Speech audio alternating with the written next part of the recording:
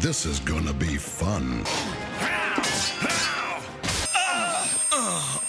In the Savage Land, where Professor Xavier and Magneto remain stranded after losing their powers, the two uneasy allies make their way through the dense jungle, exhausted but determined to survive. When a massive dinosaur charges at them, Magneto quickly reacts, using his wits. And with Xavier, he lures the beast over a geyser, which erupts in steam and takes out the prehistoric beast. Want him to leave. Although they survive the encounter, both men realize their survival depends on cooperation. No matter how fragile, their trust remains. As they push deeper into the jungle, their uneasy silence says more than words could. Meanwhile, far away in Russia, a different kind of threat begins to stir within a secret military compound as a group of generals plots to restore the fallen Soviet Union. Convinced that their former glory can still be reclaimed, they authorize the reawakening of the long-dormant weapon known as Omega Red. The officers believe his power will help them reconquer their lost territories, but one of their operatives, Darkstar, warns that the mutants' loyalty cannot be controlled. Her caution falls on deaf ears as the generals proceed with the activation sequence, convinced their technology can restrain him. Back in the United States, Jubilee stops at a convenience store where she meets a group of Friends of Humanity thugs harassing the clerk. Forced to intervene, Jubilee orders them to stop, but it only makes them turn their aggression toward her. She tries to take them down with her powers, but due to their number advantage, she gets whooped down easily. Like you? Yeah, like me! Then suddenly, the men notice a towering figure made of steel walk in to intercept the scene. They tremble at the sight of Colossus and scram immediately. When the dust settles, Colossus follows Jubilee to the X-Men headquarters and explains that his homeland is in danger due to a dangerous mutant that has resurfaced and is now threatening the village. Desperate and running out of time, Colossus pleads for the X-Men's help. Unfortunately, the mansion is almost empty, except for Jubilee, who happens to be on kitchen duty. She realizes she's the only one around to answer the call. So, in typical Jubilee fashion, she scrawls a quick note on the fridge and volunteers to accompany Colossus on his mission. Without hesitating, she jumps into one of the mini-jets and, despite never exactly being flight school material, manages to pilot them toward Russia. Arriving at Colossus's village, Jubilee is shocked to see that it has been reduced to rubble. Smoke rises from destroyed homes as the terrified survivors hide from patrolling soldiers. Omega Red has seized the capital and declared himself ruler, demanding that all nearby territories submit to his rule. Amid the chaos, Darkstar argues with Omega Red, warning him that his brutality is turning the general's victories into meaningless ruin. But Red silences her, declaring that the world will once again bow before the rule of his iron hand. She then begins to reconsider her allegiance. Colossus takes Jubilee to his family's farm, only to find it nearly destroyed. The sight of his childhood home in ruins fills him with grief. He recalls the day he first discovered his powers when he saved his little sister, Ilyana, from being crushed under a runaway tractor. The thought that she must have been harmed by the ops causes his heart to sink heavily, but surprisingly, Ilyana comes out of the wreckage of the building. She shares that she had concealed herself when the soldiers arrived, waiting for his return. Relieved, Colossus assures her that he'll never let any bad thing happen to her. Meanwhile, back in New York, Wolverine returns to the empty mansion and finds Jubilee's note. The moment he sees the name Omega Red, his expression hardens, and without hesitation, he sets out to confront one of his oldest and most dangerous enemies. In Russia, Ilyana guides Colossus and Jubilee to a secret base where the villagers, including their family, are being held captive. Impulsively, Colossus storms the facility, crushing through walls and soldiers with ease, while Jubilee backs him up with her explosive fireworks. The rescue goes well until Omega Red arrives, taking Ilyana hostage and halting the fight. Before Omega Red can strike, Wolverine bursts into the base, tackling him head-on. The two old adversaries clash violently, and after a while, Omega Red gets the upper hand due to his metallic tentacles. Taking advantage of the distraction, Colossus lifts an enormous tank and throws it directly at Omega Red, immobilizing him and giving Jubilee and Ilyana the chance to free the prisoners and lead them to safety. By the time Omega Red tears himself free, they have already retreated to safety, including the heroes. At a refugee camp where the rescued villagers regroup, Wolverine recounts his history with Omega Red, explaining how they had crossed paths during the Cold War. Back then, it had taken him, Maverick, and a great deal of luck to stop Red. As they talk, the sound of jet engines cuts through the air, and the Blackbird descends, carrying Storm, Rogue, and Gambit. Storm immediately scolds Jubilee for leaving the mansion without permission, but Wolverine defends her, insisting her actions were justified. Elsewhere at Omega Red's fortress, Darkstar calls him out, arguing that his so-called victories would be meaningless if every city ended up looking like a Disneyland branch run by Thanos, but Omega Red dismisses her as weak and continues his campaign. She then decides to switch sides as she flies away. Soon after, the General's army attacks the refugee camp, but the X-Men, alongside Colossus, fight back, and with Darkstar's sudden change of heart, the tide turns quickly. Country! Darkstar declares that she has been wrong to serve the General and vows to help stop Omega Red once and for all. Together, the X-Men, Colossus, and Darkstar storm Omega Red's stronghold, but Omega Red proves almost unstoppable with the way he drains the energy from the heroes one by one. With everyone down, it seems all hope is lost. But Darkstar then comes up with an idea and urges Storm to freeze Red solid, just as he had been imprisoned before. Storm unleashes a howling blizzard, but Omega Red resists, thrashing wildly. Summoning the last of his strength, Colossus grips Red tightly, pinning him in place for Storm to act. Darkstar also conjures a radiant force field, locking Red within it and preventing his escape. Storm eventually freezes the villain, ending the battle. When the dust settles, Darkstar confronts the General directly and tells him that his tenure is over, and that since Omega Red has been defeated, his ambitions will die with him. Back at Colossus's rebuilt village, peace slowly returns. As the X-Men prepare to leave, Wolverine offers Colossus a place among the X-Men, but he declines, explaining that his place is with his family and his homeland. He promises to visit someday as the heroes take off.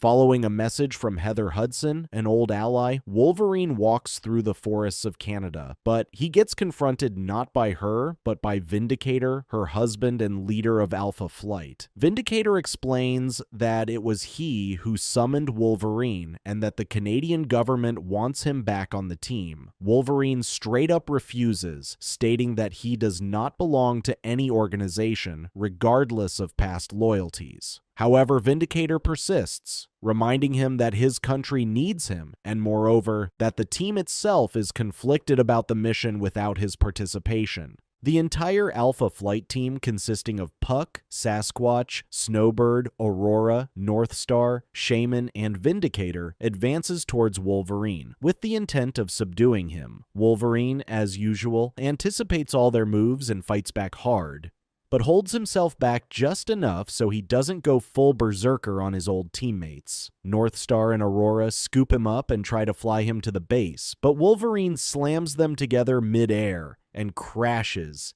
into a tree, disappearing from sight. The Alpha Flight is left scrambling like lost tourists to comb the entire forest just to find him.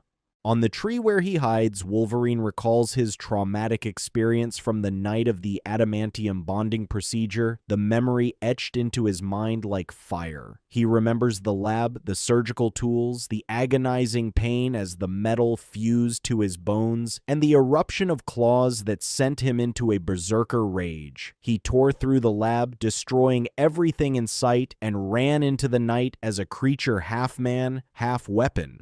These recollections fuel his distrust and justify his defiance, and he insists that he'll never let the Alpha Flight take him back to the lab.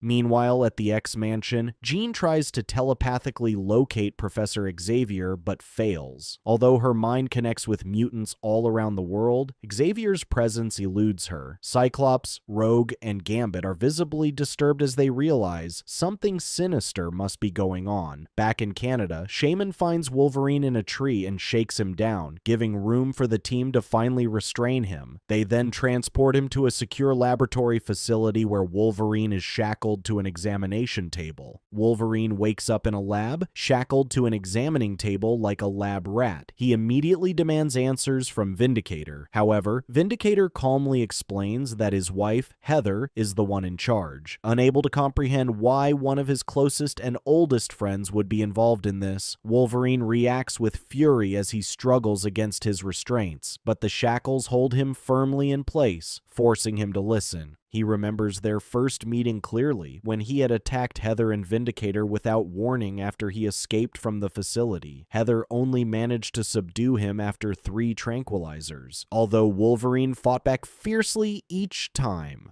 When he regained consciousness, Heather tried to communicate with him, but he remained in berserker mode, unable to respond rationally, but she continued to appeal to his humanity, speaking patiently despite his aggression. Over the following months, Heather and James tended to him, feeding him, dressing him, and gradually helping him regain control over his instincts. Moreover, they introduced him to General Chasen and Alpha Flight, integrating him into the team where he initially served, though his trust remained fragile. Back in the present, Wolverine feels a sense of betrayal, though Heather insists her actions are for the good of the country and for his safety. General Chasen enters shortly after, explaining the government's intentions. He explains that Canada has repeatedly attempted to replicate Wolverine's experiments but failed each time. He states that now they wish to examine Logan to understand how he survived the procedure and to determine what makes him unique. Wolverine, who has been boiling with anger the whole time, has no choice but to listen to the general like a YouTube unskippable ad. Meanwhile, in the Savage Land, Xavier and Magneto run into Vertigo, another mutant, who claims that although all the mutants in the Savage Land are creations of Magneto, they all now follow a new master. She suddenly starts to attack them with her high-frequency sound waves, attempting to knock them off a cliff. However, the duo manages to swing to safety by severing a nearby rope bridge, narrowly avoiding injury. Back in Canada, Wolverine struggles with the experiments as the probes cause him intense pain, much to Heather's concern. Jean senses the strain from Westchester, feeling his suffering through the telepathic connection, but unfortunately still cannot figure out his location, so all she can do is hope he makes it out alive. In the lab, Heather stops the probe, stating that it is pointless after finding no useful information, but Chasen insists on continuing the operation. He even suggests surgically removing Wolverine's skeleton to finally reveal the secret behind Logan's survival. But Heather quits in disgust, refusing to continue, although Vindicator considers the option. Being the only specialist capable of carrying out the operation, they try to force her to do it, but she strongly refuses. Nearby, the rest of Alpha Flight eavesdrops, growing frustrated and angry. They were promised to gain Wolverine back as a teammate, and not to witness him being treated as a government test subject. Inside the lab, Vindicator argues with Wolverine, accusing him of betrayal. He blames him for leaving in the first place after everything they did for him, whereas Wolverine insists that Vindicator was only using himself as a weapon for the government's purposes. Suddenly, the Alpha Flight breaks into the room and confronts the General, who immediately summons his security forces to hold them back. Wolverine breaks free in the process and joins in on the fight as they take down all the robot forces. He then gets confronted by Vindicator, who tries to stop him from leaving, but Wolverine takes him down like a breeze. Disabling his force field, Wolverine tries to send Vindicator to the great beyond, but gets stopped by Heather, who pleads genuinely for her husband's life. He then steps back, agreeing to spare him, but in the process, warns that if any Alpha Flight member ever comes after him again, things won't end well, as he takes his leave. Cyclops trains alone in the danger room while Gambit manipulates the difficulty level and number of enemies being simulated for him from the control room. Although he moves carefully, he complains that Gambit is going too easy on him. Gambit begins the next round, but a sudden phone call interrupts him. Startled by the caller, he accidentally sets the danger level to maximum, and Cyclops is immediately attacked by simulated versions of Apocalypse, Juggernaut, Mr. Sinister, and Omega Red all at once. He struggles to fight them off and yells for Gambit to stop. However, Gambit is distracted by the call and cannot react quickly. The voice on the phone warns Gambit that his brother has been taken as a prisoner and that if he is not present with something they refer to as the tithe, serious consequences will follow. Rather than fighting to train, Cyclops fights for survival against the enemies, but eventually reaches his breaking point. He calls out to Gambit for help, but Gambit is too distracted by the news he has just received to notice. Rogue, who happens to be passing by, notices the situation and rushes to the control room to stop the program, saving Cyclops from further danger. Although by the time she gets there, Cyclops has already passed out. She demands an explanation from Gambit, but he ignores her insistence and replies that he must leave immediately. Shortly after, he gets into his X-Jet and flies toward Louisiana without requesting any backup. During the flight, Gambit recalls his youth with his brother and the Thieves Guild. Every 10 years, the Thieves and the Assassins Guild must present a tithe to a mystic figure known as the External. He remembers the last time the External was dissatisfied and zapped their representative, Bernard. New representatives were then appointed, his brother Bobby for the Thieves Guild, and Belladonna, his former fiancée, for the Assassins Guild. Gambit worries about what could happen to Bobby if he fails to present the tithe. Back at the mansion, Cyclops recovers from the attack while Rogue and Jean discuss Gambit's sudden departure. Rogue admits that she did not consider Gambit the type to place that much importance on family, since he never once brought them up. Cyclops listens, understanding that Gambit's priorities are deeply personal. Meanwhile, in Louisiana, Gambit meets Pierre, who explains that Bobby had been kidnapped along with the tithe. Gambit gets furious because it's already been 10 years, and they'd be making another exchange to the External later that evening. He insists the conflict between the guilds is meaningless, but Pierre clarifies that the assassins do not intend to harm Bobby. All they want is to trade him and the tithe they stole for Gambit himself. Gambit arrives at the Assassins Guild headquarters without interference. He finds Bobby inside, but Bobby is angry that he abandoned him for the X-Men a decade ago and only came because he's in danger. Gambit, on the other hand, is upset that Bobby introduced him to the guild in the first place. Belladonna then appears, wearing an aged wedding dress, surprising Gambit. She still wears his ring and offers him another, promising that if he accepts, Bobby will safely depart with the tithe. He agrees, and Bobby gets to leave, but then Gambit collapses as Belladonna activates the ring. She warns him that he will not leave her again. Meanwhile, Rogue brings Wolverine and Jean to Gambit's old home, which is now the Thieves Guild's base. They are attacked by the guild, but the X-Men, who have spent their lives fighting actual villains, defeat them easily. Bobby then arrives and explains that Gambit had saved him to prevent further conflict. Rogue gets jealous when she finds out about Remy's former lover. While Gambit prepares for the External ceremony with Belladonna, she reveals that the tithe she gave Bobby was fake, and that she plans to destroy the Thieves Guild and consolidate power for the Assassins. The time for the ceremony arrives, and both the Thieves and the X-Men get to the venue, and after waiting for a couple of minutes, they wonder what the Assassin group could be up to delay this much. Belladonna and her guild soon arrives with Gambit at her side. She introduces him as the newest member of the Assassins Guild, shocking the Thieves and Rogue particularly. Gambit immediately warns the Thieves that the Assassins had swapped their tithe with a fake one, triggering an uproar. Before anyone can react, Belladonna activates the ring, and Gambit collapses in pain as the energy surges through him. Rogue charges forward and strikes Belladonna, but Belladonna retaliates, blasting Rogue through several trees.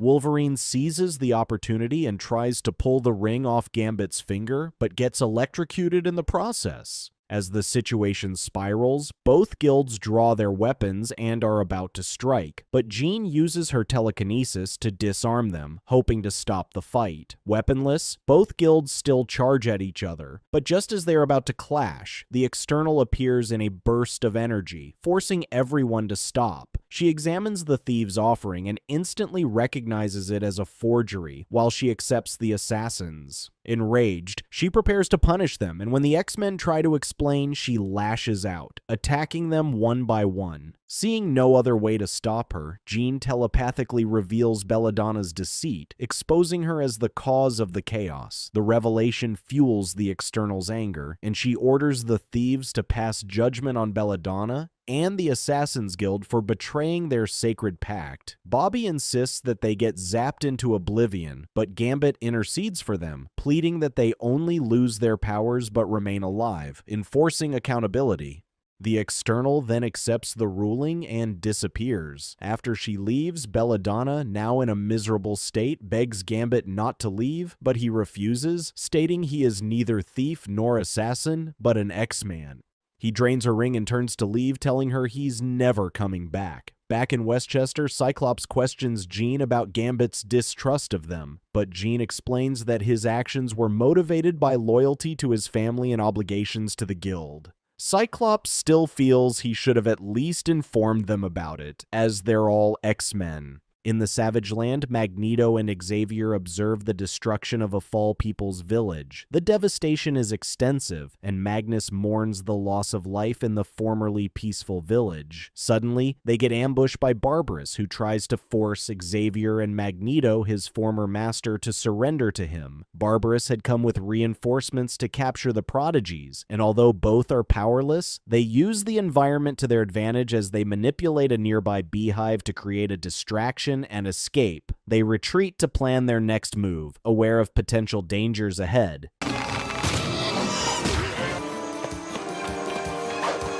Thank you for sticking to the end of my video. Please do me the biggest favor by leaving a like, comment, and subscribe. And I hope to see you in the next video.